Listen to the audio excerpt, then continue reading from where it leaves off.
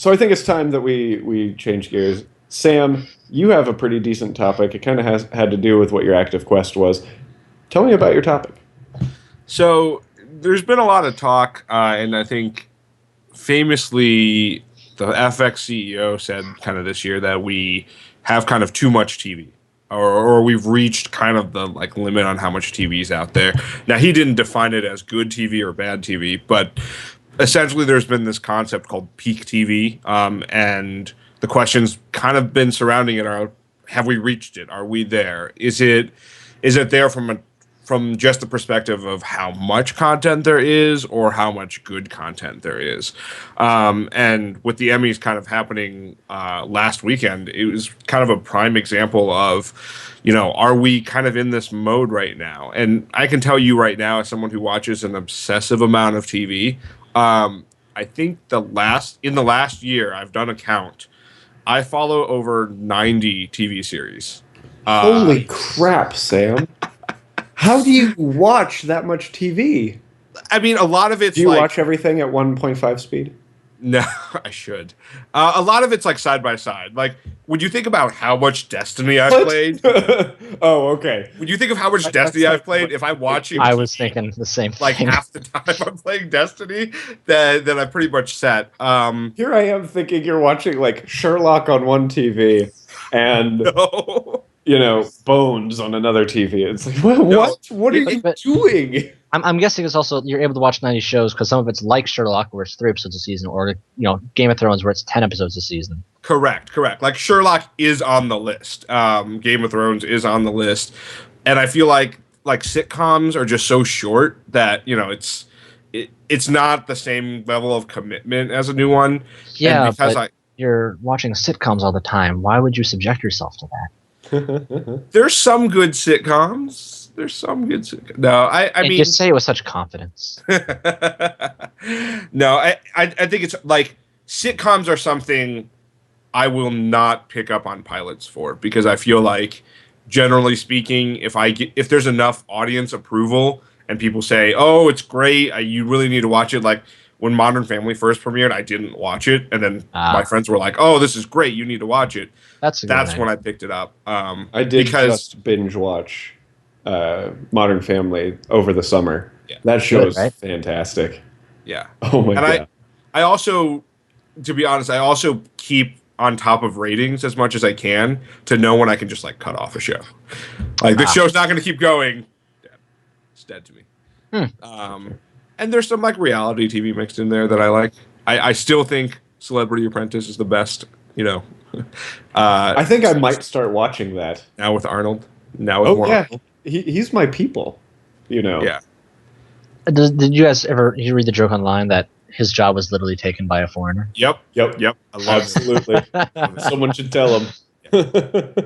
Yeah, it's so like we see a lot of content now, right? Because Hulu's getting in the game. They bought Mindy Project as a property, and they're actually not doing that show can continue. People like that show, Ben. I know people like that show. I don't like it. But I mean, it's cool because they're doing the pure episodic, not the way Netflix does the dump. And obviously, cool. If you look at what won at the Emmys this year, like almost all of it was cable television. There was like some network TV stuff, but I mean, like Orange is the New Black, Veep, Game of Thrones. Did Daredevil win anything? Maybe. It didn't win in any of the big categories. So it might have won in one of the more technical categories. Because that hallway scene, dude.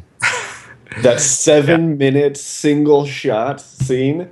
Yeah. I can imagine the amount of choreography that went into that. You have no idea. Like, I saw that scene, and, Lee goes to, like, sees movies with me. She watches TV shows with me, obviously, because she's my wife, and that's what she has to do. And... Please tell me more about this wife thing. Yeah.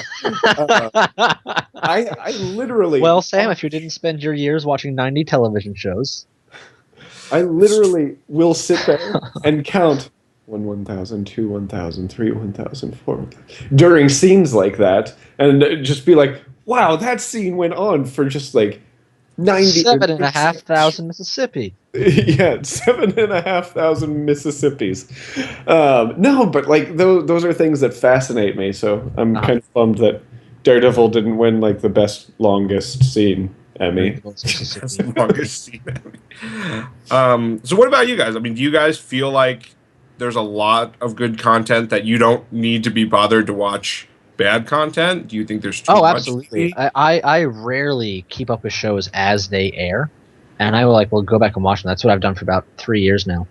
That's like what I did with Doctor Who. I got all the way caught up until right before Capaldi. I just haven't even seen that season yet because it's in my head. Even though that season is on Netflix now, it's still like updating. I was talking to somebody about this recently. The only shows I keep up with are Game of Thrones, Archer, and Rick and Morty. Everything else is I wait for it to come out. Like anime, like I'll watch an anime when it's done. Because it's like I don't want to wait. I want to sit down and watch the goodness. And I let other people filter out what is good and bad. And I know certain people's opinions. Be like, okay, you like this, this, and this. I hated those things. So tell me what else you liked, and I know to probably avoid those. Or if I respect someone's opinion, I'll do the exact opposite. Like tell me what you like, and I know to watch that. Like when I recommend a book to you, you typically read it. Yeah. Because I'm a smart book recommender. Yeah, every book you recommended to me, I've loved. It's like I will go to bed. I actually need a new book recommendation, so we should talk about that after this episode. After the show, yeah. I feel bad, James, because I have a friend who is exactly in that boat. If he tells me to watch something, like I need about 20 other people to tell me it's good before I'll trust it. Yeah. And by that friend, you're talking about Master Asia Gundam in the chat, right? No, he hasn't made any recommendations yet. Okay. Quick, recommend something terrible. Yeah, recommend something like Gundam Wing. Oh. No, so for me, Lee and I cut the cord on cable 3 years ago. Wonderful decision, right? No, it was a great decision because the shows that I watch are all streaming online with no issues whatsoever, and I feel like I do miss out on some stuff. Like I had, until you mentioned it earlier in the show, Sam, I had no idea that there was a Minority Report TV show, and I had no idea that there was a Limitless TV show. I had no idea about these things, and the only reason that I know about some of these new shows are because people are posting about them all over Facebook and things like that, and I noticed that, but it's kind of a liberating thing to not be constantly watching TV and seeing previews for all these new shows, because I'm not sitting there going, oh, great, here's another show that I need to watch. Yeah. Because I'm kind of in that, I watch what I like to watch, and essentially right now, all that are comic book TV shows. So, I really love The Flash. I mean, The Flash actually got me to alter my opinion on my favorite superhero, because I started reading some of those comic books and getting into it. And, there are just so many great shows out there in general that I enjoy watching them. There are also really bad ones, like Gotham. I watched 3 episodes. I so wanted that show to be good that I'm surprised it isn't. And here it is, season 2, sadly enough. I kept telling myself, this is going to get better. It's going to get better. And then I got to the Scarecrow episodes, and I'm like, this isn't going to get better. I need to stop. So here's my question for you, Ben, since you specifically called out comic book shows. And I didn't realize this until I read it recently, but I guess Marvel and DC are taking 2 extremely different approaches to their TV shows, and specifically saying that DC is separating the TV from the movies, where Marvel is saying they're this is the same freaking world. Same world. What do you think about that as a comic book fan? So I have 2 minds on it. Because I love Marvel's approach, because essentially what they're doing is trying to tie everything together. So everyone is constantly wanting to watch every new Marvel thing coming out. Whereas DC is taking the more classic comic book approach and already creating different universes. I mean, DC already has a cinematic multiverse going on because they've got the TV shows and they've got the movies. And I think that's good for comic book fans. I don't think it's good for Your casual, yeah. They just want to watch it. Someone tried to follow along. Exactly. So as a comic book fan, I really appreciate what DC is doing.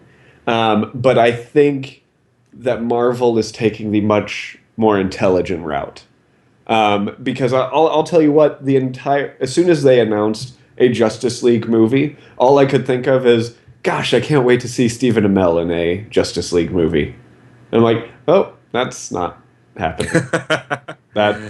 That sucks. So to kind of round out this topic then, what are shows that both of you have not watched that you really want to watch? Like something that's kind of been on the bench or the back burner that you're going to get to sometime, but you've been waiting for some reason. Flash. The Flash? You haven't started watching that yet? Flash. I was under the impression for a long time that I needed to get into Arrow first. Mm-mm. Yeah, and I have since realized that there is a little bit of crossover, but not like to the point where the Flash is reliant on me having watched Arrow first. Right. It's actually interesting that you say that, James, because I watched The Flash not knowing that there was any Arrow tie-in to it. And then I started watching like 3 episodes in. I was like, man, maybe I should watch Arrow. And then like one of my friends at work's like, here's Arrow. It's basically Batman, but not Batman. Don't watch it. With an annoying teenage sister. Yeah. So I very much enjoyed like Flash. Actually having You do? Maybe she gets better, but the like 7 or She so does. episodes you had me watch, she didn't grow on me in that time. Well, yeah, the That's first couple seasons she was. Yeah, I agree. And I had a feeling something would happen. I think for me, there's nothing really old. Okay, actually, I take that back. I know exactly what I want to watch. I want to go through and I want to watch all of Doctor Who. Not necessarily the old Doctor Who, but Since they restarted doing it, revival stuff. Yeah. How much have you watched, or is it like 0? I've watched, I think, 3 or 4 episodes of the first season. That's what I did. Is season 1. I started there and just got all the way caught up into not this last season, but one before that. And I had fun with it. Except, I have some friends who are the Tumblr kind of crazy fanatics over the show. And it's just like, this is too much for me. Like, you guys like it, which is fine. It's an entertaining show. And if I say anything bad about it whatsoever, you start getting all up in arms. And it's like, it's a TV show. And the fans' dedication kind of like pushed me away from it, Yeah, there are shows like and that, the show like gets How too Terrible fan Lost servicey. Is, for example. It's true. People always, seem to want to argue with me about how terrible Lost was. But I think that's a good place to kind of transition into our final topic of the night, which is James's topic.